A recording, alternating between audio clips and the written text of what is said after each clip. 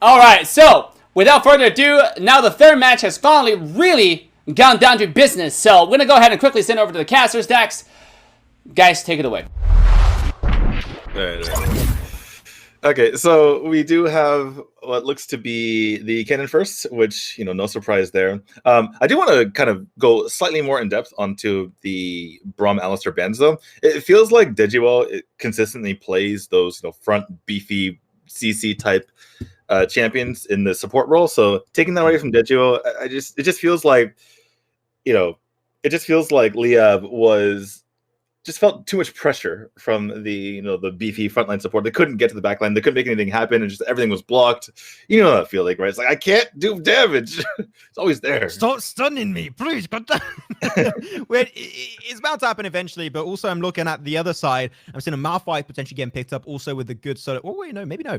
I was about to say Janna was going to be a great pickup, and an entire reason why Janna's ultimate is so up there when it comes down to creating room for your team, breathing space. Kennen, his intention is to all jump flash in some way, shape, or form, get in the middle of the fight, and ult and hit those big fat stuns and that big fat burst. Here you have a Janna that can actually create so much space and zone away the enemy team at the start, at the engagement of a fight, that Janna here, just to deal with a Kennen alone, and also potentially the Lee Sin as he's tried to dive really deep into it. I think Janna here is potentially the best pickup you could think of to deal with a Kennen, to make sure that those late game fights, he's not as impactful as you might expect from a Kennen. I'm going to change the subject for just a moment here. So apparently our next best of 3 after this is going to not occur because one of the teams forfeit. And keep in mind, both of these teams 2-0'd. Okay, so the team that's going to forfeit, they're forfeiting because they're in the finals of an ESL tournament, right? And both of these teams 2-0'd that team that's in the finals of an ESL tournament. That's how good these teams are. Okay, so that's why I wanted to. I know we're going to talk about it after this game, and we're going to explain why the next BA3 doesn't happen. But I wanted to say it here just to kind of preface this match, because these two teams are so good. They just 2-0 the team that has to forfeit because they're in the finals of a different tournament. So yeah, this is pretty high level stuff, dude. Pretty top tier stuff all around. I have to agree on that one. But there we go. The drafts are now going to be set and done, set in stone for this final game so far. If you guys have joined the stream a little bit late already, I've got to say welcome to the jungle. We are diving into game number 3 of this first matchup of Liyab Esports versus Sengoku Gaming.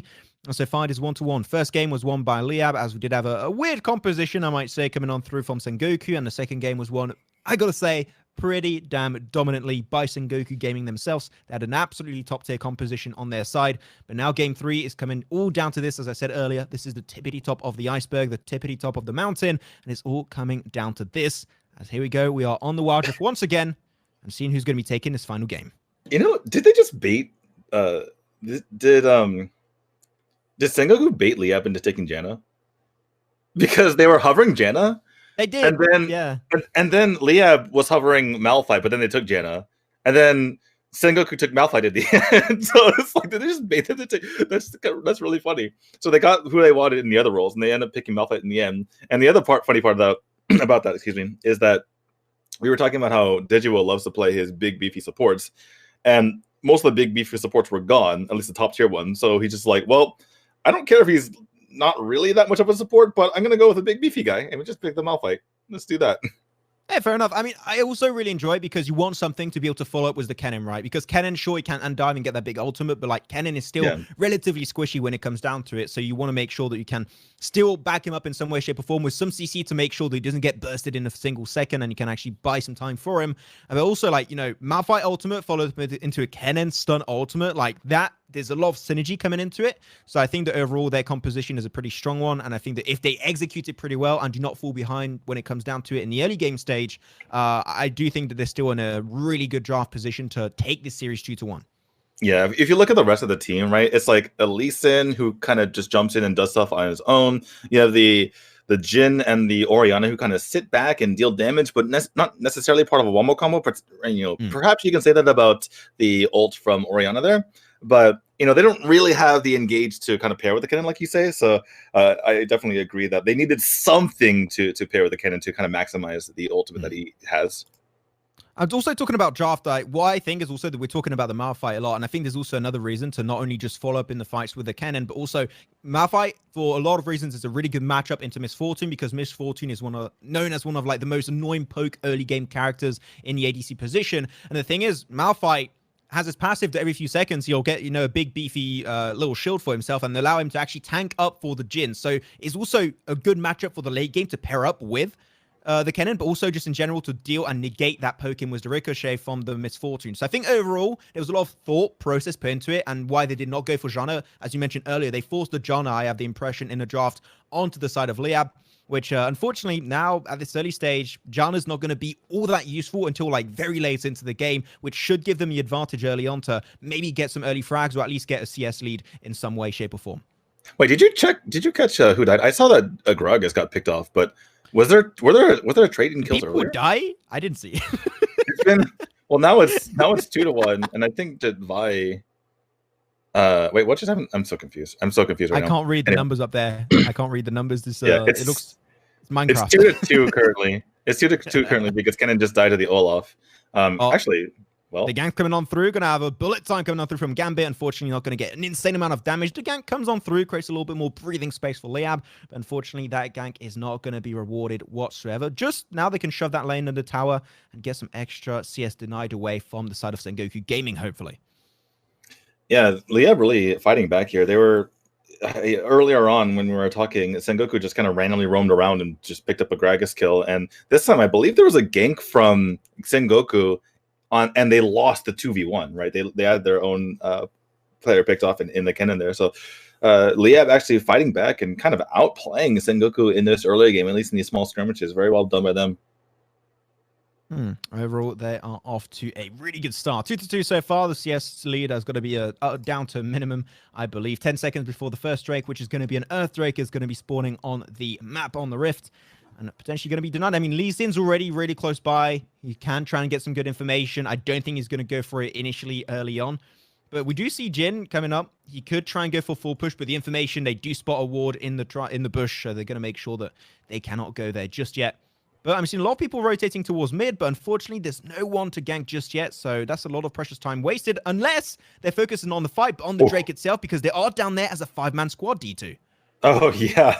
So Dejiwo popping that scatter there was extremely important for Sengoku, as there was a huge bush party from Liyab right there to take them on, and Liyab's like, oh, hi guys. They had to back off, but yeah, like you said, 5 men here in the bottom, 4 of them, or 3 of them, I should say, going onto the dragon. Dejiwo.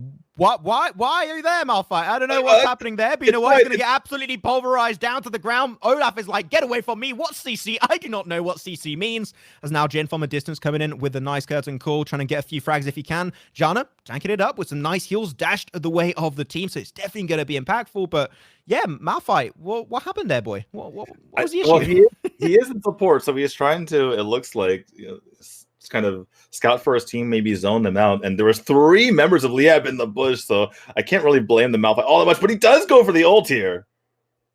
Does go for the ult, indeed. That's going to be Malphite now on the front line, down to mid HP. Can't really go for the follow-up anymore, as the ultimate is going to be now missing. But now that means that Drake is going to be up for the count, and that's going to be A-okay. Mountain Drake is going to be available. And that was going to be the first one for them. And once again, like Mountain Drake, when it comes down to it, for like such a nice tank like a Malphite, like also Lee Sin's going to bring a lot to the table into the later game stages. So this is definitely a great pickup for them. But now also, I mean, we've already seen them move towards the top side of the jungle. Herald is going to spawn in now the next 12 seconds. Like, that might just be an instant pickup once again. I want to talk about what happened earlier with the Malphite, right? So the Malphite gets picked off, and even though he gets immediately just killed, right? It doesn't, the Sengoku side afterward engage right there. And so even though there was like a pickoff immediately, there was no people being out of position at all. And Kennen just jumps in, does so much damage that Sengoku actually had position to take the dragon afterward. And that is just, it just shows how ridiculous Kennen can be. Even with no setup at all, they put themselves in a position to take the dragon because of all the damage he did earlier. So far, Herald, though, is going to be contested away. They did lose Orianna, so that potential big engage with the ultimate is not going to be there anymore for them. But it seems like they're not fully committing to it. They're a little bit spread away, which I think would be a great opportunity for Sengoku to capitalize and snatch it away, which he does! Mason just jumps in, smites it. My scuttle, mine, please. Thank you so much. Herald is going to be used for my team, and now they can push it however way they want. Lee Sin, there you go. Nicely done. Just getting there and take it. Just, why did you think it was yours when it's clearly mine? says Lee Sin and Rush. Rush is, he's always been kind of a very formulaic player as a jungler, especially in the mobile MOBA that I come from. But it's just hilarious how he takes so many chances.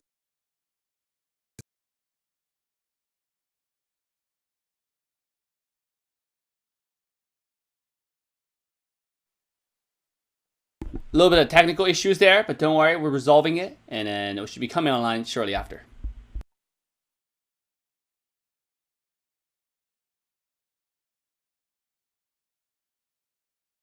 Comes down to that first turret, and it would have been great usage for them, but now it's picked up by the Lee Sin, and I want to see how they're going to try and take it, because usually once you have a Herald like this, what you want to try and do is pick up a big fight or try and get information when team are spread away from each other and use that as a way to pressure one lane respectively and crack a turret, or potentially two if you have enough time to do so, if you do get an ace or like 3-4 kills coming your way.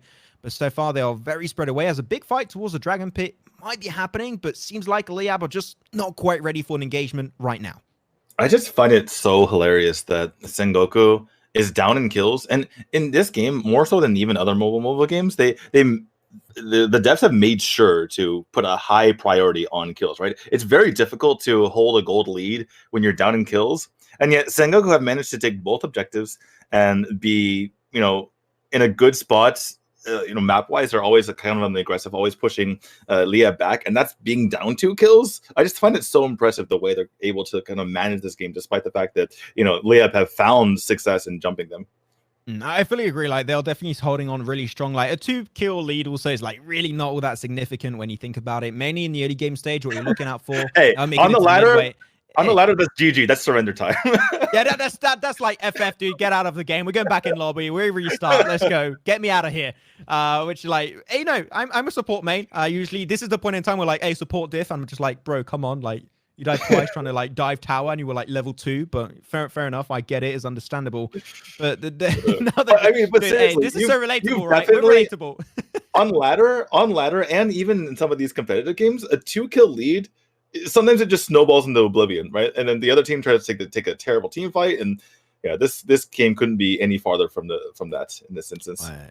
Curtain Call gonna get tanked up by the trying to look for a sneaky shot, but Gambit will be able to make it away. Thank you very much, Vi. I appreciate it. But here we go. The Herald is going to be coming into play, and they want to make sure they can't regroup under the first tower. They're making sure they're trying to cut them off away from the mid lane, but unfortunately, that plan is not going to be working out too heavily for them. As we're going to have, I believe that's the Vi just like soloing down to the Jin, going in so damn deep as Kennen jumps on through. Ultimate also from the Malphite. CC chain, baby. Malphite is going to be picking up that kill for his team on top of that Misfortune. See you later, Alligator. As now they're down to a 3-man team. You got Vi, Zhana, and also Gragas. And unfortunately, those are not characters known for having a good Herald clear.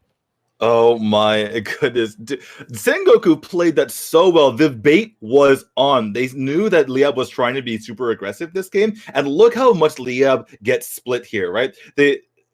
Look at Sengoku. They allow for the Olaf and for the Misfortune to get in. And Kennen comes in and cuts them off in the center. And they just annihilate those 2 champions. And then the fight's done. It's over at that point.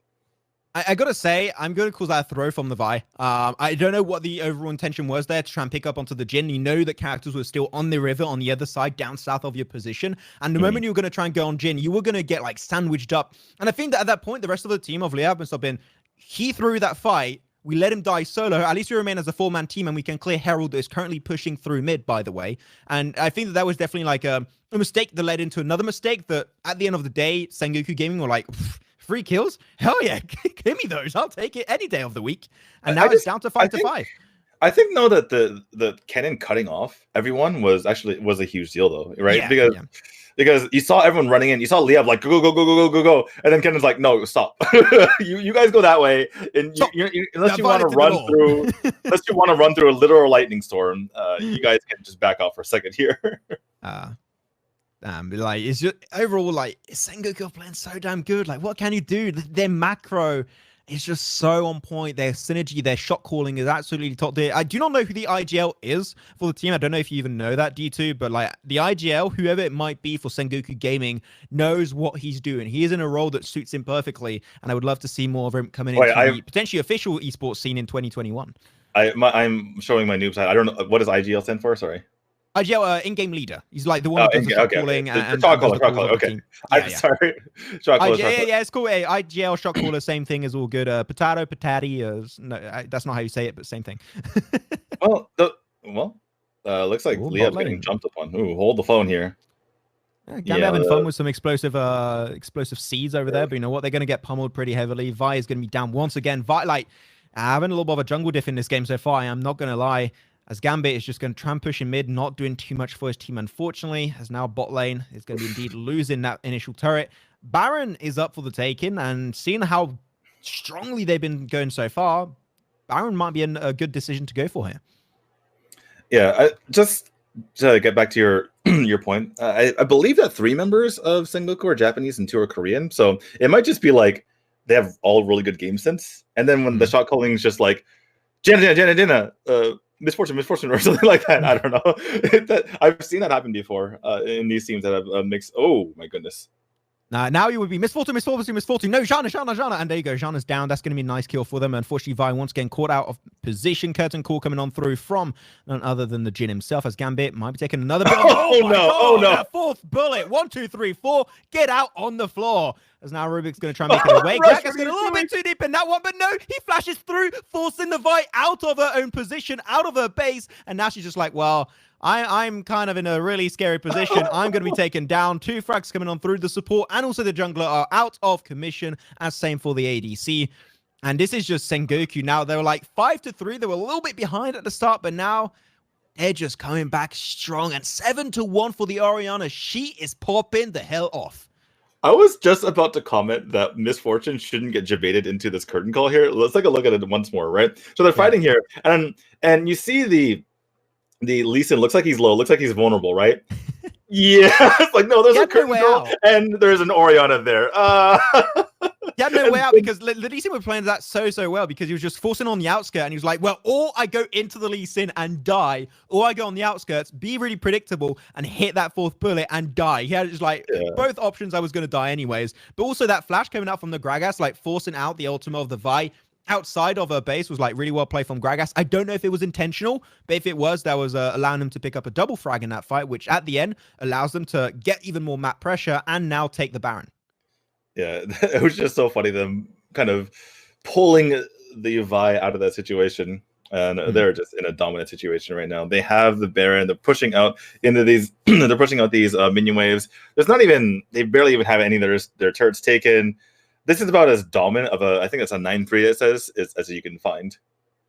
Yeah, I mean, there's nothing can do at this point in time. They're just so far ahead. And like, the snowballing factor that you mentioned earlier, D2, is really coming into play.